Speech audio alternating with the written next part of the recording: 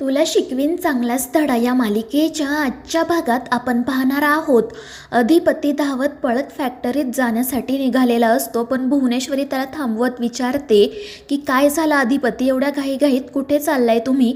त्यावर अधिपती सांगतो की आईसाहेब, आपल्या फॅक्टरीमध्ये आग लागली आहे, तिकडेच चाललोय आम्ही. आणि ते ऐकून घरातील सगळ्यांनाच धक्का बसतो. तर भुवनेश्वरीने ज्या दोघतींना बोलावलेले असते त्या हसतच म्हणत असतात की देवीचा कोप झाला, आम्ही सांगितलेलं खरं ठरलं. आज फॅक्टरीला आग लागली आहे, उद्या या घराला आग लागणार, सगळं काही उद्ध्वस्त होणार. आणि त्यांचं असं बोलणं ऐकून घरातील सगळेच जण घाबरतात. आणि मग त्यानंतर अक्षरा अधिपतीला विचारते की जास्त नुकसान तर झालेलं नाही आहे ना? त्यावर अधिपती विचारतो की त्याबद्दल काही माहीत नाही. आणि मग तो लगेच फॅक्टरीत जातो. तर त्या बायका सगळ्या चारोहास सरांजवळ जातात आणि त्यांना घेराव घालून मोठमोठ्याने ओरडू लागतात की याच्याचमुळे घरावर संकट आलं आहे, हा सगळ्या घराला उद्ध्वस्त करणार आहे. आणि ते ऐकून चारुहास सर खूपच घाबरतात. तर अक्षरा चारुहास सरांजवळ जाण्याचा प्रयत्न करत असते, पण भुवनेश्वरी तिला अडवत म्हणते की सुनबाई, तुम्ही यामध्ये पडू नका, जर देवीचा कोप झाला ना तर सगळं काही उद्ध्वस्त होईल. त्यावर अक्षरा तिला समजवण्याचा प्रयत्न करत असते की मॅडम, असं काही नसतं. पण भुवनेश्वरी काही ऐकूनच घेत नाही. मात्र अक्षरासुद्धा तिचं काही न ऐकता चारुहास सरांजवळ जाते, त्या बायकांना त्यांच्यापासून दूर करते आणि मग त्यांना घरात घेऊन जाते. तर दुसरीकडे फॅक्टरीमध्ये खूप मोठी आग लागलेली असते. कामगारांनी ती आग विझवलेली असते, मात्र कच्चा माल पूर्णपणे जळून गेलेला असतो. तितक्यात अधिपती त्या ठिकाणी येतो. तो सगळे सुखरूप तर आहेत ना याची चौकशी करतो. त्यावेळी ओंकार आणि इतर काही कामगार त्याला सांगतात की दोघा जणांना खूप भाजलं आहे, त्यांना हॉस्पिटलमध्ये ॲडमिट केलंय आणि कच्चा मालसुद्धा जळून गेलाय, खूप नुकसान झाले. त्यावर अधिपती म्हणतो की नुकसानाचं काही नाही, पण त्या दोघांना काही होता कामा नये. आणि मग तो लगेच ओंकारला घेऊन हॉस्पिटलमध्ये जातो. दुसरीकडे अक्षरा चारुहास सरांना घेऊन त्यांच्या रूममध्ये येते. ती त्यांना पाणी देत शांत व्हायला सांगते. मात्र त्या बायका जे काही बोललेल्या असतात त्यामुळे सर खूपच घाबरलेले असतात. अक्षरा त्यांना समजावत असते की सर, तुम्ही त्या बायकांवर नका विश्वास ठेवू, त्या सगळं खोटं सांगत आहेत. पण चारुहास सर म्हणत असतात की तू बघितलं ना, त्यांनी सांगितलं आणि लगेच आपल्या फॅक्टरीत आग लागली. आणि नंतर त्या मला म्हणत होत्या की तुमच्यामुळे हे सगळं उद्ध्वस्त होणार आहे. अगं, मीच आपल्या घराबद्दल वाईट विचार का करेल? त्यावर अक्षरा त्यांना सांगते की सर, हे सगळं चुकीचं आहे, तुम्ही नका एवढा विचार करू. पण चारुहास सर म्हणत असतात की त्या बायकांच्या अंगात देवी येते असं ऐकलंय मी. आणि त्यावर अक्षरा म्हणते की जर देव खरंच असा माणसांच्या अंगात येत असता तर मग तो तिथे फॅक्टरीमध्येच एखाद्या माणसाच्या अंगात आला असताना आणि त्याने आग लागूच दिली नसती. आत्ता जे काही घडलं तो फक्त योगायोग आहे. आणि मग अक्षराचं बोलणंसुद्धा चारुहास सरांना पटतं आणि ते शांत होतात. दुसरीकडे भुवनेश्वरी दुर्गीला त्या सगळ्या बायकांची ओटी भरायला सांगते. दुर्गी ओटी भरत असतानाच अक्षरा त्या ठिकाणी येते. ती भुवनेश्वरीला समजवण्याचा प्रयत्न करत असते की हे सगळं खोटं आहे, चुकीचं आहे. मात्र भुवनेश्वरी काही ऐकूनच घेत नाही. तर अक्षरा तिला सांगत असते की मॅडम, आता आपण फॅक्टरीत जाणं महत्त्वाचं आहे. मात्र भुवनेश्वरी म्हणत असते की आपल्या घरावर संकट येऊ नये म्हणूनच आम्ही हे सगळं काही करतोय. आणि त्या दोघींचा हा वादविवाद सुरूच असतो.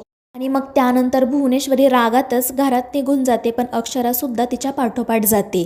दुसरीकडे अधिपती आणि ओंकार हॉस्पिटलमध्ये पोहोचतात. त्या दोन्हीही कामगारांवर उपचार सुरू असतात.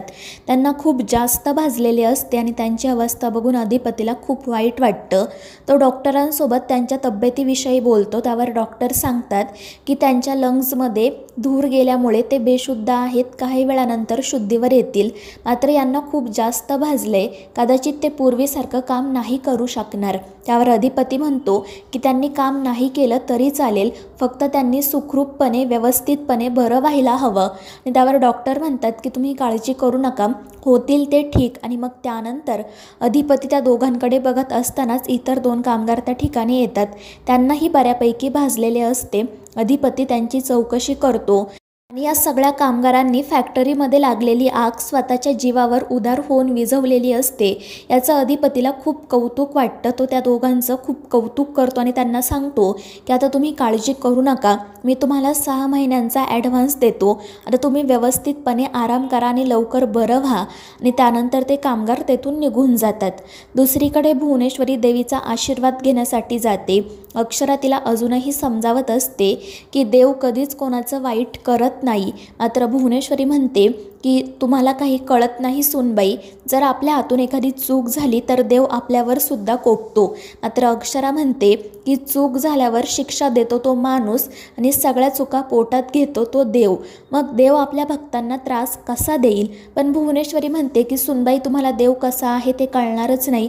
आणि पुढे ती असंही म्हणते की हे सगळं कशामुळे होतंय ते कळतंय आम्हाला, आता यावर उपाय आम्हीच करणार. आणि मग ती तेथून निघून जाते. त्यानंतर ती घराच्या पाठीमागच्या बाजूला येऊन त्या बायकांची भेट घेते. दुर्गीसुद्धा त्या ठिकाणीच असते. भुवनेश्वरी त्या बायकांना भरपूर पैसे देते. त्या बायका हसतच तिचे आभार मानतात, कारण भुवनेश्वरीच्या सांगण्यावरूनच त्यांनी हे सगळं नाटक केलेलं असतं. आणि मग त्यानंतर दुर्गी त्या बायकांना तेथून जायला सांगते. भुवनेश्वरी तिलाच धमकी देते की पुन्हा या बायका इथे दिसता कामा नये, नाहीतर मी तुझं तंगडं मोडील. आणि त्यामुळे दुर्गी घाबरून हो म्हणते. तर दुसरीकडे ज्या कामगारांनी आग लावलेली असते त्यांना चंचल आणि निखिल पैसे देतात आणि त्यांना तोंड बंद ठेवायला सांगतात. त्यानंतर ते कामगार तेथून जाण्यासाठी निघतात. तर चंची त्यांना वर्कर्सचे कपडे जाळून टाका असंही सांगते. आणि मग निखिल भुवनेश्वरीला कॉल करून काम झाल्याचं सांगतो, त्यामुळे ती खुश होते. मात्र चंची तिला सांगते की एक प्रॉब्लेम झालाय, या आगीत 2 कामगारांना भाजलंय. आणि ते ऐकून भुवनेश्वरी काळजीत पडते. आणि मग त्यानंतर जेव्हा ती फोन ठेवून देते तेव्हा चंची निखिलला म्हणते की जर त्या कामगारांपैकी एकाने जरी तक्रार केली ना तर आपण या सगळ्यामध्ये अडकू, त्यामुळे आता इथेच कोणाला तरी बळीचा बकरा बनवायला लागेल. त्यावर निखिल म्हणतो पण कोणाला बनवायचं? आणि त्यावर चंची हसतच म्हणते की अधिपतींनाच या सगळ्यात अडकवायचं. मात्र निखिल हे करायला तयार नसतो. तो म्हणतो की यात रिस्क आहे आणि भुवनेश्वरी मॅडम असं काही होऊ देणार नाही. पण चंची म्हणते की आपण मावशीला याबद्दल काही कळूच द्यायचं नाही. आणि एवढंच नाही तर भुवनेश्वरी त्या कामगारांना जी नुकसान भरपाई देणार असते त्यातील सुद्धा 90% हे दोघे जण हडपण्याचं ठरवतात आणि 10% कामगारांना देण्याचं ठरवतात. तर दुसरीकडे अधिपती हॉस्पिटलमध्ये बसलेला असतो. तो खूपच काळजीत असतो. तितक्यात अक्षरा तिथे येते. ती कामगारांच्या तब्येतीची चौकशी करते. अधिपती सांगतो की ते अजूनही शुद्धीवर आलेले नाही आहेत आणि डॉक्टरांनी सांगितले की कदाचित ते पूर्वीसारखं कामही करू शकणार नाही. तो पूर्णपणे खचून गेलेला असतो. पण अक्षरा त्याला धीर देत म्हणते की त्यांच्यावर उपचार सुरू आहेत ना, मग ते लवकर बरे होतील. तुम्ही असं खचून जाऊ नका आणि आत्ताच कोणत्याही निष्कर्षापर्यंत पोहोचू नका. आणि जर त्यांनी काम केलं नाही तर हवं तर आपण त्यांच्या बायकांना काम देऊ. त्यावर अधिपती म्हणतो पण फॅक्टरीमधली कामं अंग मेहनतीची असतात. त्यावर अक्षरा म्हणते मग आपण त्या बायकांसाठी त्यांना जमतील तशी कामं शोधून काढू. आपण दोघे मिळून सगळं काही ठीक करू. आणि त्यावर अधिपती हो म्हणतो. तर मित्रांनो, या मालिकेच्या पुढील भागांच्या अपडेट्ससाठी आपल्या चॅनेलला सबस्क्राईब करा.